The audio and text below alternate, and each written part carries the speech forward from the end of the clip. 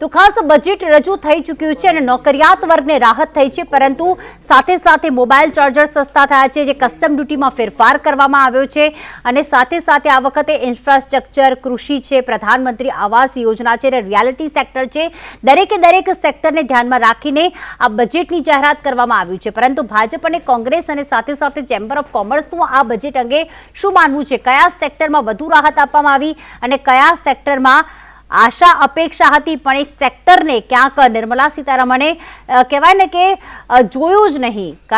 એના પર આપણે ચર્ચા કરીએ। હેમાંગભાઈ રાવલ કોંગ્રેસ તરફથી જોડાઈ ગયા છે અને ઉર્વિશભાઈ અમારી સાથે જોડાઈ ગયા છે, જે ભારતીય જનતા પાર્ટીનો પક્ષ મૂકશે, અને સાથે જ અમારી સાથે આલોકભાઈ પણ અત્યારે જોડાઈ ગયા છે। આપ તમામનું સ્વાગત છે। આલોકભાઈ, જણાવશો કે બજેટ રજૂ થઈ ચૂક્યું છે, પ્રાથમિક દ્રષ્ટિએ જોવા જઈએ તો કયા સેક્ટરમાં વધુ રાહત અને કયા સેક્ટરને નજરઅંદાજ કરવામાં આવ્યો? આપની પ્રથમ પ્રતિક્રિયા।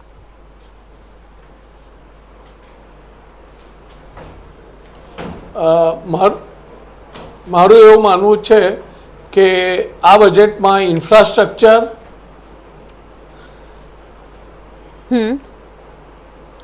અને સ્ટાર્ટઅપ અને એમએસએમઈને ઘણું સારું મહત્વ આપવામાં આવ્યું છે અને એ લોકોને ઘણો ફાયદો થશે।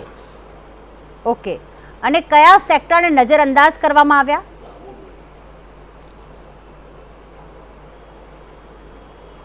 મારા માનવા પ્રમાણે એકચ્યુઅલી જે સામાન્ય માનવી છે કે જે લોકોને ઇન્કમ 15 થી 20 લાખ રૂપિયા છે, એ લોકોના એક્સપેક્ટેશન્સ ને કોઈ પણ ધ્યાનમાં રાખવામાં આવ્યું નથી। એ ઉપરાંત કેપિટલ માર્કેટ માટે પણ આ બજેટ નેગેટિવ છે, કારણ કે જે કેપિટલ ગેઇન ટેક્સ છે શોર્ટ ટર્મ એ 15% વધારીને 20% કરી દેવામાં આવ્યો અને જે long term capital gain tax છે એ 10% વધારીને 12.5% કરી દેવામાં આવ્યો છે। તો આપને લાગે છે કે એમાં આજે વધારો કરવામાં આવ્યો છે? જે સ્ટાન્ડર્ડ ડિડક્શન છે એ જી આલોકભાઈ, સ્ટાન્ડર્ડ ડિડક્શન છે એ 50,000 થી વધારીને 75,000 કર્યું છે, જે એક નજીવો ઇન્ક્રીઝ છે। એટલે મને એવું લાગે છે કે જે સામાન્ય માનવી છે એમનો ઓવરઓલ કર બોજ વધશે। ઓકે, વિકસિત ભારતને અનુલક્ષીને આ બજેટ રજૂ કરવામાં આવ્યું છે। ઉર્વિશભાઈ, આપ શું કહેવા માંગશો? ચોક્કસ વિકસિત ભારતના બજેટના બે મુખ્ય લક્ષ્યાંકો છે। એક ડિમાન્ડ સાઇડ છે અને એક સપ્લાય સાઇડ છે। સપ્લાય સાઇડે રોકાણની આબોહવા જળવાઈ રહે, રોકાણમાં વૃદ્ધિ થાય એ માટે બ્રોડ પ્રયત્ન કરવામાં આવેલો છે, એ સ્પષ્ટ થાય છે। બીજું, ડિમાન્ડ સાઇડે ડિમાન્ડમાં પણ પરચેસિંગ પાવર વધે તો એની રોકાણ ઉપર અસર થાય છે। રોકાણ ફળીભૂત ક્યારે થાય છે? કે જ્યારે ડિમાન્ડ હોય માર્કેટમાં ત્યારે। તો જે પ્રમાણે જે પ્રાવધાન કરવામાં આવ્યા છે એ પ્રમાણે ડિમાન્ડની પણ વૃદ્ધિ થાય એ પ્રમાણે જણાઈ રહ્યું છે। ઓકે, હેમાંગભાઈ, આપની પ્રથમ પ્રતિક્રિયા। જો સામાન્ય રીતે બજેટ જે છે એ ભારતના 140 કરોડ નાગરિકોની આશા અને અપેક્ષા હોય છે। એમાં ઉદ્યોગપતિ આવી ગયા, એમાં શેર બજારમાં ટ્રેડિંગ કરતા લોકો આવી ગયા, મારા તમારા જેવા લોકો આવી ગયા, મીડિયાના પર્સન આવી ગયા, રાજકારણીઓ આવી ગયા, મહિલાઓ આવી ગઈ, ખેડૂતો આવી ગયા, અને એમની અપેક્ષાઓ સ્વાભાવિક છે કે આકાશ સુધી તીર લઈ જાય એટલી મોટી હોય છે, પરંતુ આ બજેટ જોયા પછી એમની અપેક્ષા ઝાડની ટોચ સુધી પણ નથી પહોંચી શકી। જે પ્રમાણે કરના માળખાની વાત છે તો એ માત્ર એક આંકડાકીય ગિમિક્સ અહીંયા કરવામાં આવ્યું છે, કંઈ બહુ મોટો એનેથી ફેરફાર થઈ શકે એવું દેખાતું નથી। 2.5 લાખના નીલ હતા, એની જગ્યાએ 3 લાખનું નીલ કર્યું। 50,000 રૂપિયા હોય તો એ 5% લેતા હતા તો 2500 રૂપિયા એ લોકોને ભરવા પડતા હતા। એટલે કંઈ એવું મોટું જે આમ ક્રાંતિકારી પગલું હોય એવું કોઈ પગલું ભરવામાં નથી આવ્યું। અને ખાસ કરીને એમએસએમઈની અંદર જો વખાણવાની વાત બધા કરતા હોય તો શું એમએસએમઈને તમે ફાયદો આપ્યો? અને ખાસ કરીને implementation is the most important thing. A implementation થવું એ બહુ મહત્ત્વનું છે. આજનું બજેટ મેં જોયું, નિર્મલાજીને સાંભળ્યા, મને તો એવું લાગ્યું કે આ બજેટ જે કેન્દ્રીય બજેટ નહીં પણ આંધ્રપ્રદેશ અને બિહારનું બજેટ હોય એવું લાગ્યું. પટનામાં આપીશું, આંધ્રપ્રદેશમાં આપીશું, બિહારમાં અમે આટલું કરીશું, આટલા ફ્લાયઓવર કરીશું, આટલી રેલ વધારીશું. એટલે મને એવું લાગે છે કે ક્યાંક આ મોદી 3.0ની જગ્યાએ એનડીએ એટલે નીતિશ અને નાયડુને રીઝવવા માટે જો કોઈ કાર્ય કરવામાં આવતું હોય એવા પ્રકારની પરિસ્થિતિ અત્યારે દેખાઈ છે. કોંગ્રેસના સમયની અંદર ધ્યાન આપવામાં આવતું હતું પણ એ ધ્યાન છે ઇકોનોમિકલ ડેવલપમેન્ટ ઉપર આપવામાં આવતું હતું અને અત્યારે ધ્યાન આપવામાં આવે છે ઇકોનોમિકલ ગ્રોથ ઉપર.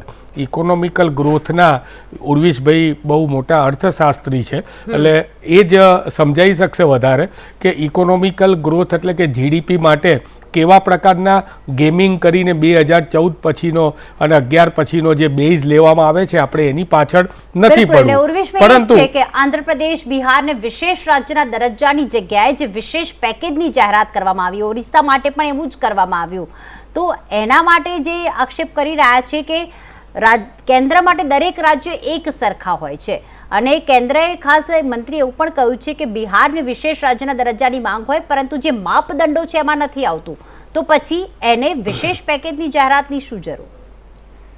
વિશેષ પેકેજ આપણે ઓળખીએ છીએ પરંતુ હકીકત એ છે કે આંધ્રપ્રદેશ અને બિહારની જે વિશેષ જરૂરિયાતો છે ઇન્ફ્રાસ્ટ્રક્ચરની, રોડ રસ્તાની, એમાં ઘણી બધી ડેફિસિટ હતી. એ ડેફિસિટને એડ્રેસ કરી અને વિશેષ પ્રાવધાન કરવામાં આવેલું છે. એટલે આમ જો જી એટલે હાજી એટલે આમ જોવા જઈએ તો એ ઇન્ફ્રાસ્ટ્રક્ચર ડેવલપમેન્ટ ફંડિંગ છે અને એ વિશેષ રૂપે આંધ્રપ્રદેશ અને બિહારને પોતાની સ્પેસિફિક વિશેષ જરૂરિયાતો માટે આપવામાં આવેલું છે. બીજી મહત્વની વાત કે રોકાણકારો માટે કે એમએસએમઈ સેક્ટર માટે આપણે વાત જ્યારે કરીએ છીએ તો આ બજેટમાં સૌથી અગત્યની વાત એ છે કે એન્જલ ટેક્સની નાબૂદી કરવામાં આવી છે. એન્જલ ટેક્સની નાબૂદી એનો અર્થ શું થાય છે સામાન્ય માનવીની સમજણ માટે આપણે જરૂરી છે. કારણ કે એમએસએમઈ સેક્ટર એક એવું છે કે જે કેપિટલ માર્કેટમાં પણ નથી કે કોઈ એને બીજી કોઈ પણ એવી યોજનાઓનો ખાસ એવો લાભ નથી હોતો. હવે એમએસએમઈ સેક્ટરના જે યુનિટ છે એને ફાઇનાન્સની જ્યારે જરૂર પડે છે ત્યારે એન્જલ ઇન્વેસ્ટર પાસે એ શેર હોલ્ડિંગ ઓફર કરીને ફાઇનાન્સ રેઝ કરે છે. એટલે એક દાખલો આપીએ કે એમણે 15 કરોડ રૂપિયા એક યુનિટે ફાઇનાન્સ રેઝ કર્યું એન્જલ ઇન્વેસ્ટર પાસે. હવે એના ઉપર ફેર માર્કેટ વેલ્યુ ગણવામાં આવે છે. ગવર્મેન્ટ અત્યાર સુધી એમ કે તમે 15 કરોડ રૂપિયા તમે રેઝ કર્યા પરંતુ ખરેખર તમારી વેલ્યુ જેટલા શેર તમે આપ્યા એની વેલ્યુ તો 10 કરોડ રૂપિયા જ છે. એટલે 5 કરોડ રૂપિયા તમે એક્સેસ ફંડ રેઝ કર્યું, એના ઉપર તમારે 30% ટેક્સ આપવાનો થાય. આ પ્રમાણેની વ્યવસ્થા હતી. હવે 15 કરોડમાંથી 5 કરોડ એક્સેસ હોય એના ઉપર 30% લાગે એટલે 1.5 કરોડ રૂપિયા તો એના ટેક્સમાં જતા રહે, જે એને એટલો તો એનો માર્જિન ઓફ પ્રોફિટ નથી હોતો. એટલે આ એક સમસ્યા હતી કે એન્જલ ઇન્વેસ્ટર પાસેથી ફાઇનાન્સ રેઝ કરે. એસટીટીમાં વધારો કર્યો એનું શું? જી જે સિક્યુરિટી ટ્રાન્ઝેક્શન ટેક્સ હતો એમાં વધારો કર્યો એનું તો શું? તો સામે એ જે કેપિટલ ગેઇન કે એસટીટી જતો હતો અને બીજું એન્જલ ટેક્સ જો નાબૂદ કર્યો તો બંને સરભર જ કર્યું કહેવાય ને? ના, એમાં એન્જલ ઇન્વેસ્ટમેન્ટ એ જુદી વાત છે કે જે એમએસએમઈ ને જ્યારે ફાઇનાન્સની જરૂર પડે છે અને એ લિસ્ટેડ કંપની નથી, કેપિટલ માર્કેટમાં એના શેર ટ્રેડ નથી થઈ શકતા, એટલે એ પોતે પ્રાઇવેટ સેક્ટરમાં એન્જલ ઇન્વેસ્ટર્સના દ્વારા પોતાની ફાઇનાન્શિયલ રિક્વાયરમેન્ટ ફૂલફિલ કરે છે. હવે એ ફૂલફિલ કરે ત્યારે આ પરિસ્થિતિને લીધે 30% એક્સેસ રેઝિંગ ઉપર ટેક્સ લાગતો હતો. પણ એનાથી જે સામાન્ય જનતા એ કેટલા લોકો હશે કે જે આટલું મોટું રોકાણ કરતા હશે કરોડોનું? સૌથી વધારે મેન પાવર આપતું સેક્ટર હોય કોઈ તો એ એમએસએમઈ સેક્ટર છે. સૌથી વધારે લોકો એની સાથે રોજગારની દ્રષ્ટિએ જોડાયેલા છે. એટલે આ સેક્ટર માટે દરેક એસોસિએશન, ટ્રેડ બધાએ આ વાત કરેલી છે કે જેટલું સક્ષમ બનશે એમએસએમઈ સેક્ટર એ આપણા રાષ્ટ્રના વિકાસ માટે ખૂબ મહત્વનું છે. અને Okay. વ્યક્તિગત સ્તરે પણ જી. રોજગારીની તકો માટે, રોજગારી જે જળવાઈ રહે એના માટે પણ આ મહત્વની વાત છે. બિલકુલ, એટલે એમાં ફાઇનાન્શિયલ કોસ્ટ ઓછી કરી અને એ પણ 30% જેટલી, એ ખૂબ જ મહત્વનો જે આલોકભાઈએ કહ્યું કે રોકાણકારો માટે, સ્ટાર્ટઅપ માટે, એન્ટરપ્રેન્યોર્સ માટે જે સારું કિરણ છે, સોનેરી કિરણ ના, છે, ચોક્કસથી એ આપની આ વાત છે. અપેક્ષિત જે આપે જવાબ આપ્યો અપેક્ષિત હતો, પરંતુ આપણો દેશ ભારત કૃષિ પ્રધાન દેશ છે. બિલકુલ, જે કિસાન સન્માન નિધિની પણ અપેક્ષા હતી કે જે હવે જે 6,000 આપવામાં આવે છે તે 8,000 થઈ શકે છે, એવા કોઈ ફાયદો આપવામાં ના આવ્યો. કૃષિ લોનને લગતી કોઈ વાત ન કરવામાં આવી. હા, ક્રેડિટ 5 રાજ્યોમાં અલગ અલગ જે ક્રેડિટ જે ખેડૂત ક્રેડિટ કાર્ડ ઊભા કરવામાં આવે છે તે 5 રાજ્યોનો ઉમેરો કરવામાં આવશે, વાત કરવામાં આવ્યું, પણ કોઈ અલગથી લોનની એવી કોઈ જાહેરાત ન કરવામાં આવી. એના માટે આપનું હેમાંગભાઈ શું કહેવું છે? સૌથી પહેલાં ઉરુષભાઈએ જે વાત કરી, એન્જલ ટેક્સની વાત કરી એમણે, મારે એ કહેવું છે કે MSME જે છે ને, એમણે પોતે સ્વીકાર્યું કે દેશની અંદર રોજગારી આપતું સૌથી મોટું ક્ષેત્ર છે. અને આ MSME જે છે અત્યારે મૃતપ્રાય થયેલું છે. ખાસ જો MSMEને પ્રાઇવેટ ઇન્વેસ્ટર જોડેથી શા માટે પૈસા લેવા જવું પડે? MSMEને સરકારે પૈસા આપવા જોઈએ. કોરોનાની અંદર સરકારે MSME માટે લોન MSME માટે ચાલુ કરી હતી, પરંતુ કોઈને લોન મળી નહોતી. માત્ર એ જે પૈસા છે એ ખાલી જાહેર જ કરવામાં આવ્યા હતા. લોકોએ કોરોનાની અંદર જેટલા બધા યુનિટ્સ છે બધા બંધ થઈ ગયેલા છે, એમના માટે થઈને આજે ગુજરાતની અંદર જે ગુજરાતનું જે દેવાની વાત છે એના કુલ હિસ્સો જે છે ડેપ્ટનો, એની અંદર MSMEનો 70% જેટલો છે. એટલે ગુજરાતની અંદર MSME ઉદ્યોગો એક તરફ મૃતપાય થઈ ગયેલા છે. અને એના જ કારણે તમે ભરૂચમાં જોયું કે એક કંપનીમાં 10 જેટલી પોસ્ટ હતી, એના માટે થઈને એક આખા રેલિંગ તોડ વિકાસ જેને કહેવાય, રેલિંગો તૂટી ગઈને હજારો છોકરાઓ નોકરીઓ માટે ત્યાં આવ્યા.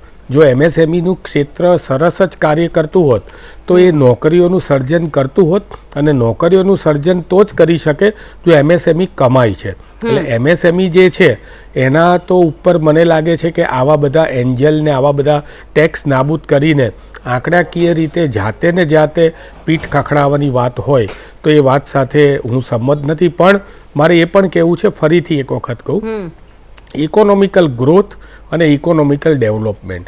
ઇકોનોમિકલ ગ્રોથ જે છે એનો મતલબ એમ થયો કે તમારું ખાલી દેશનો ગ્રોથ વધે છે, પણ છેવાડાના માનવી સુધી એ કઈ રીતે પહોંચ્યો એ સૌથી વધારે મહત્ત્વનું છે. અને અત્યારે આ બજેટ છે એ મને એવું લાગે છે કે માસ માટે નહીં પરંતુ ક્લાસ માટે બનાવવામાં આવેલું હોય એવું લાગે છે. ને ક્લાસમાં પણ ટ્યુશન ક્લાસ, એટલે કે સિલેક્ટિવ ક્લાસ જે છે.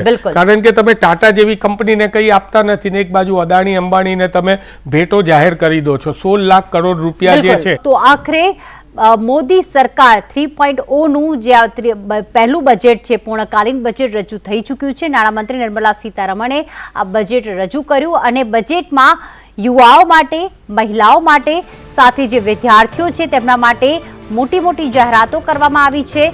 ખાસ કરીને નોકરિયાત વર્ગ માટે, જે નોકરિયાત વર્ગ જે છે એ ઘણા સમયથી રાહ જોઈને બેઠો હતો કે આ વખતે આખરે ટેક્સ સ્લેબમાં કોઈ ફેરફાર કરવામાં આવશે કે નહીં. તેમાં ફેરફાર કરવામાં આવ્યો છે. સ્ટાન્ડર્ડ ડિડક્શન જે અત્યાર સુધી 50,000 હતો તેમાં 25,000નો વધારો કરીને 75,000 કરી દેવામાં આવ્યો છે. સાથે જૂના કર માળખા પ્રમાણે 2.5 લાખ સુધી કોઈ પણ પ્રકારનો ટેક્સ ન હતો, પરંતુ હવે તે 50,000ની લિમિટ વધારીને તેને 3 લાખ કરી દેવામાં આવ્યું છે. 3 થી 7 લાખનો એક નવો સ્લેબ કે જેમાં 5% ટેક્સ લાગશે, 7 થી 10માં 10%, 10 થી 12માં 15% અને સાથે 12 લાખથી 15 લાખ સુધીની વાર્ષિક આવક ઉપર 20% ટેક્સ અને 15 લાખથી વધુની આવક હશે તો હવે ટેક્સ પેરે 30% ટેક્સ ભરવો પડશે. એટલે કે સામાન્ય જે કહેવાય ને કે ઓછા પગારદાર વ્યક્તિઓ માટે ક્યાંક આ સ્લેબમાં રાહત થઈ છે. અને સાથે જે 15 લાખથી વધુને જે 30% ટેક્સ ભરવો પડતો હતો તે હવે 30% જ ભરવો પડશે.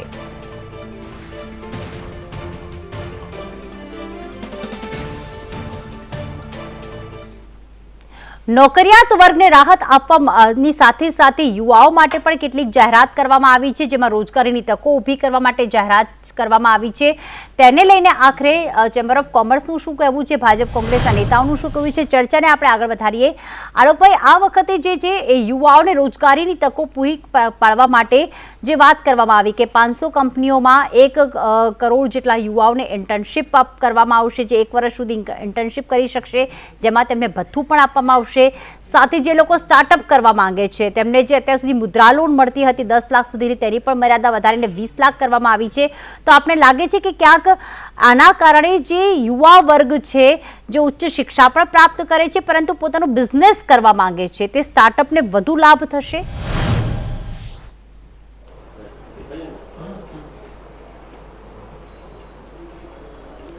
જી આલોકભાઈ.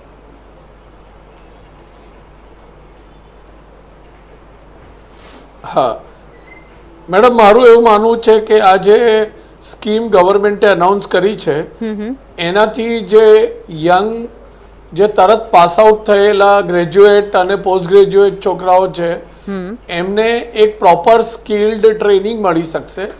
અને ગવર્મેન્ટ આ જે 500 કંપનીઓ છે એ પોતે આઈડેન્ટિફાઈ કરશે અને આ કંપનીઓને એ લોકો સબસિડાઇઝ કરીને ટોટલ એનું એલોકેશન છે એ 2 લાખ કરોડનું છે, જે મારા હિસાબે રોજગારીની તકો પૂરી પાડશે અને આ જે છોકરાઓ છે એમને એમ્પ્લોયમેન્ટ માટે, ફ્યુચર ફૂલ ટાઈમ એમ્પ્લોયમેન્ટ માટે તૈયાર કરશે. કારણ કે જે સ્ટાઇપન્ડ નક્કી કરવામાં આવ્યું છે એ ઘણું ઓછું છે, કે જેની અમાઉન્ટ 5,000 રૂપિયા જ છે. એટલે મને એવું લાગે છે કે એકચ્યુઅલી એ સ્ટાઇપન્ડને કારણે ઘણા બાળકો, ઘણા યુવાઓ એના માટે તૈયારી કેટલી બતાવશે એ અત્યારે અનિશ્ચિત છે. પણ સ્કીમનો ઇન્ટેન્શન ઘણો સારો લાગે છે અને આ સ્કીમને જો પ્રોપરલી ઇમ્પ્લિમેન્ટ કરવામાં આવે તો ઘણી સારી રોજગારીની તકો ઊભા થવાના પૂરી શક્યતા છે. ઓકે. એના ઉપરાંત એકચ્યુઅલી જે ગવર્મેન્ટે FDI અને ODI માટેના જે રૂલ સિમ્પ્લિફિકેશન કર્યા છે એને કારણે નવી નવી કંપનીઓ ઇન્ડિયામાં આવશે અને ઇન્વેસ્ટમેન્ટ માટે પણ સારું એવું વાતાવરણ ઊભું થશે એવું મને લાગે છે.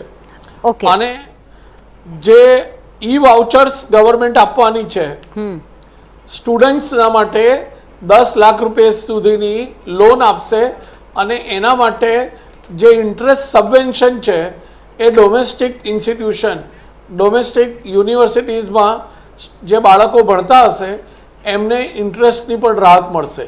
એટલે મને એવું લાગે છે કે આ બધું કન્સિડર કરીએ તો નવી રોજગારીની તકો ઊભી થશે અને એજ્યુકેશન સેક્ટરને પણ એને કારણે ઘણો પ્રોત્સાહન મળશે એવું મને લાગે છે. ઓકે, એટલે કે સ્કિલ્ડ જે કહેવાય સ્કિલ્ડ રોજગારી ઊભી કરવાનો આ પ્રયાસ છે. ઉર્વિશભાઈ, સૌથી મહત્વની વાત એ કે 500 કંપનીઓની વાત કરવામાં આવી. અત્યાર સુધી કોઈ ઉચ્ચ શિક્ષા પ્રાપ્ત કરે ત્યારબાદ જે તે ઇન્સ્ટિટ્યુશન અથવા તો પોતે પસંદ કરેલી તે યુવા જે છે ત્યાં ઇન્ટર્નશીપ કરતો હતો, જેના માટે કેટલીક કંપનીઓ સ્ટાઇપેન્ડ આપતી હતી, કેટલીક કંપનીઓ નહોતી પણ આપતી. આ પ્રકારની જાહેરાતથી આપણને લાગે છે કે યુવાઓ જે છે એ ક્યાંક કંપની નક્કી કરેલી હશે એનાથી સ્કિલ્ડ થઈને બહાર નીકળશે, જ્યારે તે કંઈક શીખીને બહાર નીકળશે ને સાથે સાથે એ દરમિયાન તે પોતાનો ખર્ચો પણ કાઢી શકશે. કારણ કે 5,000 સ્ટાઇપેન્ડ છે, સાથે સાથે 6,000 એકમની પણ વાત કરવામાં આવી છે કે 6,000 એકમ આપશે, પરંતુ એ વાર્ષિક આપશે કે માસિક આપશે એવી કોઈ ખુલાસો કરવામાં, સ્પષ્ટતા નથી કરવામાં આવી. આ જાહેરાત વિશે આપનું શું કહેવું છે? ચોક્કસ પ્રીતિજી, કે આ એક ખૂબ જ મહત્વની જાહેરાત છે. રોજગારી ક્ષેત્રે એક મોટું રિફોર્મ પગલું કહી શકાય. કારણ કે રોજગારીની સમસ્યા છે એ તો આપણે બધા સ્વીકારીએ છીએ, પરંતુ એને તકોનું નિર્માણ કરવાનું કામ સરકારનું છે. તો 500 ટોપ કંપનીઝ કે જે લોકો વ્યવસ્થિત રીતે પોતાની એક્ટિવિટીઝ કરી રહ્યા છે, કે જે લોકો ફાઇનાન્શિયલી સ્ટેબલ છે, કેપિટલ માર્કેટ્સમાં લિસ્ટેડ છે, જેમના કેશ ફ્લો સારા છે, આવી કંપનીઓમાં 1 કરોડ લોકોને તક આપવી, આજે એ અનુભવ 1 વર્ષનો મેળવશે એ મૂલ્યવાન અનુભવ છે અને એનું એમને ટોકન સ્ટાઇપેન્ડ પણ આપવાની વાત છે. એટલે ક્યાં તો એ માસ્ટર્સ કરીને આગળ ભણતા હોય છે, ક્યાં તો એ સ્ટાઇપેન્ડરી એસાઇનમેન્ટ લેતા હોય છે, પરંતુ એ બધું એ હેઝી એક વાતાવરણ હતું. હવે સ્પષ્ટ રીતે પહેલી 500 કંપનીઓને કહેવામાં આવેલું છે કે તમારે 1 કરોડ યુવાનોને, જે લોકો તાજા જે કોલેજમાંથી આવેલા છે એમને એબ્ઝોર્બ કરવા પડશે, એમને તમારે સ્કિલ્ડ કરવા પડશે. હવે 500 ટોપ કંપનીમાં 1 કરોડ લોકો સ્કિલ્ડ થઈને જ્યારે બહાર આવશે ત્યારે ચોક્કસ એમની માર્કેટ વેલ્યુ પણ વધવાની છે.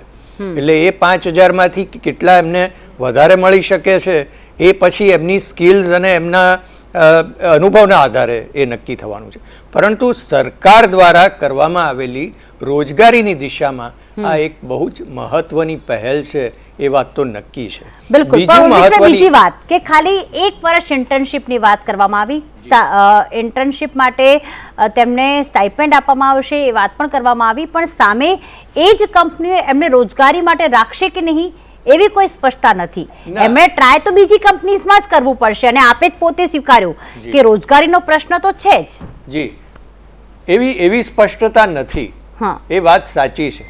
પરંતુ કોઈ પણ એજ્યુકેશન સિસ્ટમમાં તમે જુઓ, લાઈક મેડિકલ સાયન્સ, તો એમાં એ ભણવાનું પૂરું કરે છે, પછી 1 વર્ષની ઇન્ટર્નશિપ કરે છે. એ ઇન્ટર્નશિપ કરે છે ત્યારે એને જોબની ગેરંટી નથી હોતી, પરંતુ એ જે સ્કિલ્સ, જે અનુભવ, જે શિક્ષણ પ્રાપ્ત કરે છે એ 1 વર્ષમાં, અને એના એમને પોકેટ મની જેવું એમને સ્ટાઇપેન્ડ પણ આપવામાં આવે છે. થઈ શકતું હતું ને, કારણ કે આ બજેટમાં સરકારી કેન્દ્ર સરકારના કર્મચારીઓને કેટલી ભરતી કરવામાં આવશે એવી કોઈ જાહેરાત નથી. એટલે ઇન્ટર્નશિપની વાત કરી, બિલકુલ એ આવકારદાયક પગલું છે, પણ ફિક્સ નોકરી માટે આટલી ભરતી થશે, કેન્દ્ર કરશે એવી કોઈ જાહેરાત નહીં. પછી રેલવે આવી ગયું, IT આવી ગયું, ઘણી બધી કેન્દ્ર સરકારને સંચાલિત કંપનીઝ છે. મારું કહેવું એવું છે કે ઇન્ટર્નશિપ 1 વર્ષ માટે છે, પણ રોજગારીની ગેરંટી નથી.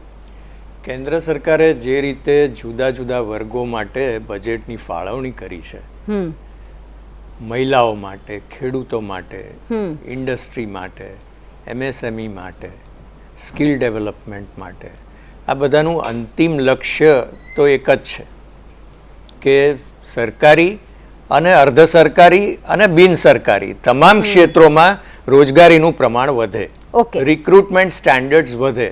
એ અલ્ટિમેટ ઓબ્જેક્ટિવ છે. કારણ કે જ્યારે વ્યક્તિનો જે વિકાસ થાય એના આધારે રાજ્યનો વિકાસ અને રાષ્ટ્રનો વિકાસ થાય. ઓકે, હેમાંગભાઈ, આ વાત પર આપ શું કમેન્ટ કરશો? જો સૌ પ્રથમ તો જે સરકારોએ કામ કરવાના છે હવે એ કંપનીઓ ઉપર છોડી દેવામાં આવશે. હકીકતમાં તો ભારત દેશની અંદર આખું ITIનું માળખું કોંગ્રેસની સરકારો વખતથી બનેલું જ છે, ઇન્ડસ્ટ્રીયલ ટ્રેનિંગ. અને ઇન્ડસ્ટ્રીયલ ટ્રેનિંગ ઇન્સ્ટિટ્યૂટ જે છે એમાં સ્કિલ કરેલા છોકરાઓ જે છે એ શીખે છે અને પછી ત્યાં એમને એપ્રેન્ટિસ તરીકે તાલીમ આપવામાં આવે જ છે અને એમને ત્યાં અલગ અલગ કંપનીઓમાં મોકલવામાં આવે જ છે. અને આ આખું જે બ્રિજ હતો એ બ્રિજને તોડી નાખવામાં આવ્યો છે. આજે દુઃખદ બાબત એ છે કે ITIની અંદર ટર્નર, ફિટર, ઇલેક્ટ્રિકલ, આ બધા જ સ્કિલના જે કામો હતા એમાં જુલાઈ સુધી હવે આ બીજો રાઉન્ડ પણ ITIનો ભરવાનો આવશે. ઓનલાઈન ITIના રાઉન્ડમાં 10-15% છોકરાઓ જે મફત હોવા છતાં એની અંદર ભાગ લઈ રહ્યા છે. એટલે સરકાર એક બાજુ પોતાની જવાબદારી મૂકીને કંપનીઓ ઉપર જવાબદારી છોડે છે. આવા તો બીજા ઘણા બધા પ્રયત્નો થયા છે. હું તમને એક્ઝામ્પલ આપું. NSDC national skill development centre છે, એમાં અલગ અલગ ટ્રેનિંગ આપવાના 10,000 રૂપિયાથી માંડીને વિદ્યાર્થીઓને 40,000 રૂપિયા સુધીનું મળતું હોય છે કે જેમાં એમને ટ્રેનિંગ લેવાની હોય છે. ટ્રેનિંગ લીધા પછી એની અંદર કમ્પલસરી એવું છે કે એ ટ્રેનિંગ આપનાર કંપનીને તો જ પૈસા મળે જો આ વિદ્યાર્થીને નોકરી મળે તો જ. હવે નોકરીમાં જાય એટલે નોકરીની અંદર જાય એટલે ઓન પેપર બતાવી દેવામાં આવે. હવે આ જે 1 કરોડ યુવાનો છે એમને સૌથી મોટો જે ગેરફાયદો થવાનો છે એ થવાનો છે કે આ 1 કરોડ યુવાનો જે છે એ જોબમાં લાગ્યા, 3 મહિનાથી વધારે જોબ કરશે, ભલે એ ઇન્ટર્નશિપ કરે છે, પણ કેન્દ્રના ચોપડે આ લોકો બેરોજગાર મટી જશે. એમને પછી બેરોજગારીનું કોઈ પણ ભથ્થું ફ્યુચરમાં ના મળે, એમને પછી બેરોજગારની અંદરની કોઈ પણ સ્કીમ હોય તો એ સ્કીમ પણ એમને મળવાપાત્ર રહેશે નહીં. કરવું જોઈએ સરકારે શું? કોંગ્રેસે કીધું હતું કે સરકાર આવશે તો અમે કરીશું. હું તો કહું છું સરકાર કરે, હું અત્યારે એમને 100% અભિનંદન આપીશ. જે તમે પણ વાત કરી પ્રીતિ, 10 લાખ નોકરીઓ કેન્દ્ર સરકારમાં ખાલી છે. 10 લાખ નોકરીઓ જો તમારી જોડે કેન્દ્ર સરકારમાં ખાલી હોય તો એ ભરતીનું કેલેન્ડર પણ જાહેરાત કરી દીધું હોત ને તો 10 લાખ યુવાનો છે, એટલે કે લગભગ એક ઘરમાં 5 લાખ હોય તો 50 લાખ લોકોના જીવનની અંદર એક સરસ મજાનો દીપ આશાનો પ્રગટી ઉઠ્યો હોત. વાત જે છે એ આ માત્ર ઓન પેપર બતાવવામાં આવે છે. બેરોજગારી છે ને બહુ મોટો પ્રશ્ન છે. મેં અગાઉ પણ કીધું કે 10 નોકરી માટે થઈને રેલિંગો તૂટી જાય છે ગુજરાતની અંદર, અંકલેશની અંદર. પણ હું તમને એ જ કહું છું કે સારું છે, આભાર કે ઉર્વિશભાઈએ સ્વીકાર કર્યો. જનરલી ભારતીય જનતા પક્ષના પ્રવક્તા તો એમ કહેતા હોય છે કે બેરોજગારી હોતી જ નથી, આપણે તો અમૃતકાળની અંદર અત્યારે છે. પણ ગીતામાં લખ્યું છે કે પરિસ્થિતિનો સ્વીકાર તો જ કરી શકાશે. બિલકુલ, હું એક નાની વાત કરું. ગીતામાં લખ્યું છે કે પરિસ્થિતિનો સ્વીકાર કરીશું તો જ પરિસ્થિતિનો સામનો કરી શકીશું. એટલે આ બેરોજગારીનો એટલો મોટું આ કેન્સર છે કે આવા પ્રકારની જે 5-5 હજારની સહાયવાળી યોજનાઓ માત્ર એન્ટીબાયોટિક દવા તરીકે કામ કરશે. આના માટે મોટું ઓપરેશન કરવું જરૂરી છે. બિલકુલ. આલોકભાઈ, આ જે રોજગારીના પ્રશ્નની વાત થઈ રહી છે કે આમાં ઇન્ટર્નશીપ ભથ્થું ને બધું આપવામાં આવશે, સ્ટાઇપેન્ડ આપવામાં આવશે, પણ રોજગારીની કોઈ ગેરંટી નથી. બીજી એક જાહેરાત એ પણ છે કે વિદેશની કંપનીઓ જો ભારતમાં કંપની સ્થાપવા માંગતી હોય, પોતાની બ્રાન્ચ સ્થાપવા માંગતી હોય તો એમનો જે ટેક્સ લેવાતો હતો અત્યાર સુધી 40% તે 35% કરવામાં આવ્યો. પણ એમાં સ્થાનિક કંપનીઓને કોર્પોરેટ ટેક્સમાં કેટલી રાહત મળશે એની કોઈ સ્પષ્ટતા નથી. તો ખાસ એના ઉપર આપ ખુલાસો કરશો કે સ્થાનિક કંપનીઓ અને વિદેશી કંપનીઓમાં કેટલો ફરક થશે પછી?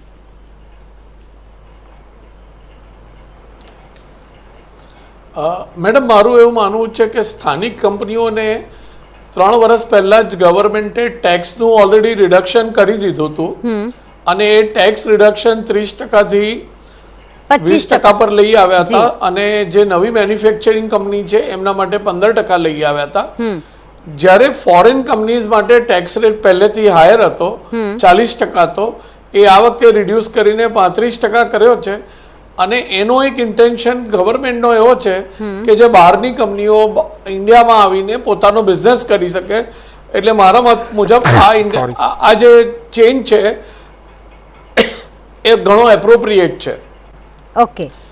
અને જ્યાં સુધી આપે મને પૂછ્યું કે આજે રોજગારીની તકો માટે, તો મને એવું લાગે છે કે જે આપણું અત્યારનું યુનિવર્સિટી એજ્યુકેશન છે એ છોકરાઓને વધારે બુકિશ બનાવે છે.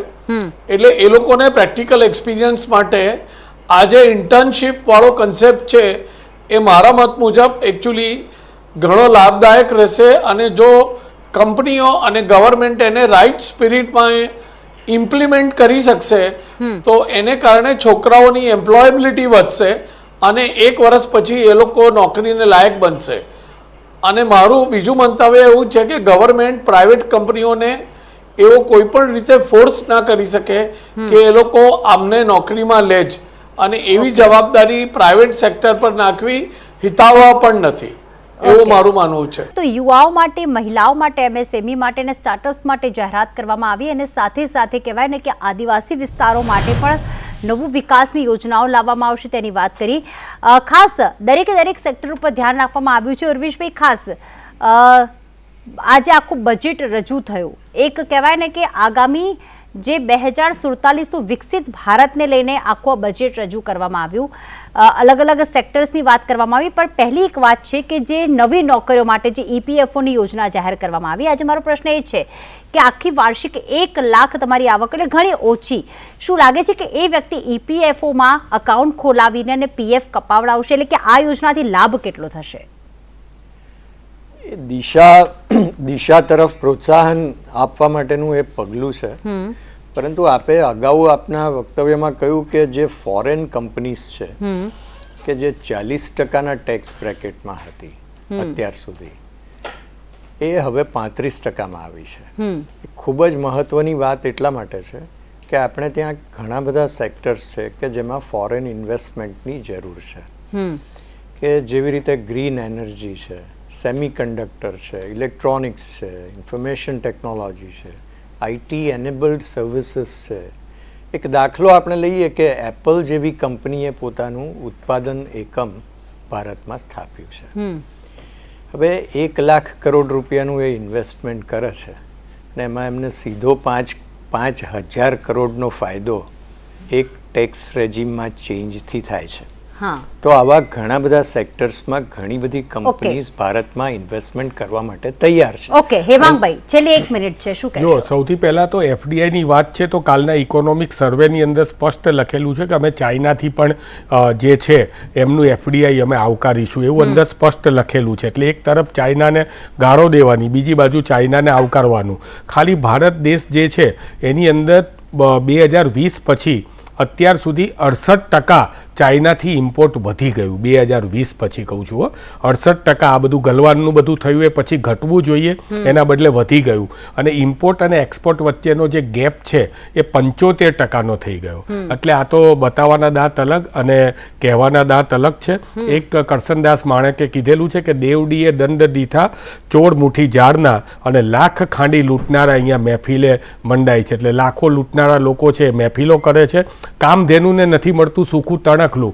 કામધેનુ એટલે આપણી બધી જનતા, અને એ લીલાછમ ખેતરો જે છે એ સૌ આખલા ચરી જાય છે. ગરીબોના કુબામાં તેલ ટીપું ડોયલું અને અહીં શ્રીમંતોની એટલે આપને લાગે છે કે બહારની કંપનીઓને આવકારીને એક તરફ બિલકુલ આ છે ને. મારી એક છેલ્લી રિમાર્ક્સ આપી દઉં કે આ બજેટ છે એ આમ જોવા જઈએ તો આર્યભટ્ટના ઝીરોને પણ શરમાવે ને એવા પ્રકારનું છે. એટલે કે એક તરફ સ્થાનિક વસ્તુઓને વેગ આપવાની વાત થતી હોય આલોકભાઈ, ત્યારે વિદેશની કંપનીઓને કોર્પોરેટ ટેક્સમાં 5% રાહત આપીને આપણે લાગે છે કે વિદેશની પ્રોડક્ટનું વેચાણ અહીંયા વધારે થશે, કારણ કે કંપનીઝ વધારે આવશે. છેલ્લી કમેન્ટ શું કરવા માંગશો આપ?